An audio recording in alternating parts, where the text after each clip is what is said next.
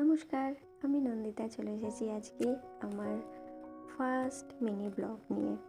তো ভাবলাম ফার্স্ট ব্লগটা আমার কাজ দিয়ে শুরু করা যাক।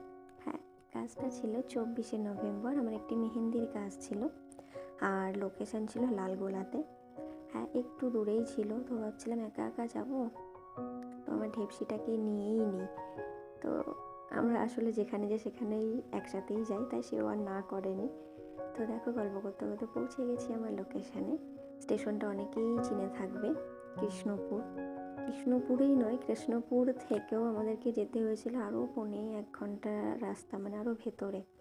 তো প্রথমে তো ভয় ভয় লাগছিল যে না, ঠিক টাইমে পৌঁছতে পারবো কি না, কারণ টাইমটা হচ্ছে সব থেকে মেন।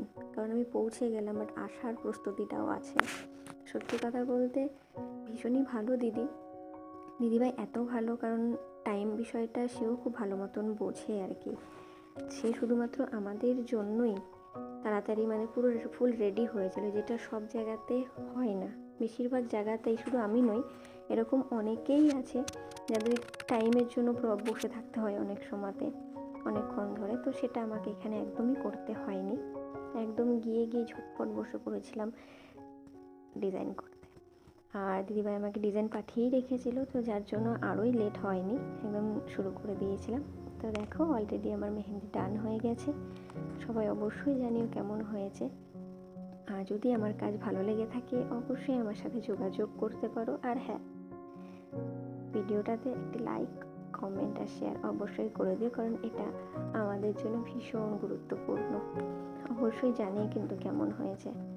মেহেন্দি তো ডান হয়ে গেছে, বাট বাড়ি আসার সময় একটাই প্রবলেম, যেটা ভয় পাচ্ছিলাম, মানে যেখানেই বাঘের ভয় সেখানেই সন্ধে হয় আর কি। ট্রেনের টাইম গন্ডগোল হয়ে গেছিলো, শুধুমাত্র ওইটুকু টাইম আসার জন্য 1.5 ঘন্টা। তো বিকেলের ট্রেনটা একদমই পাইনি, সন্ধ্যের ট্রেনে আমাদেরকে ফিরতে হয়েছিল, 5:30টার ট্রেনে। তো যার জন্য একটু লেট হয়ে গেছিলো, কোনো ব্যাপার না, হতেই পারে। কাজটা সুস্থ মতো হয়ে গেছে। তো এই যে ও পৌঁছে গেছে, আমি আমার লোকেশনে পৌঁছে গেছি। টাটা, দেখা হচ্ছে আমার আরও নিউ ব্লগ নিয়ে। সবাই ভালো থেকো।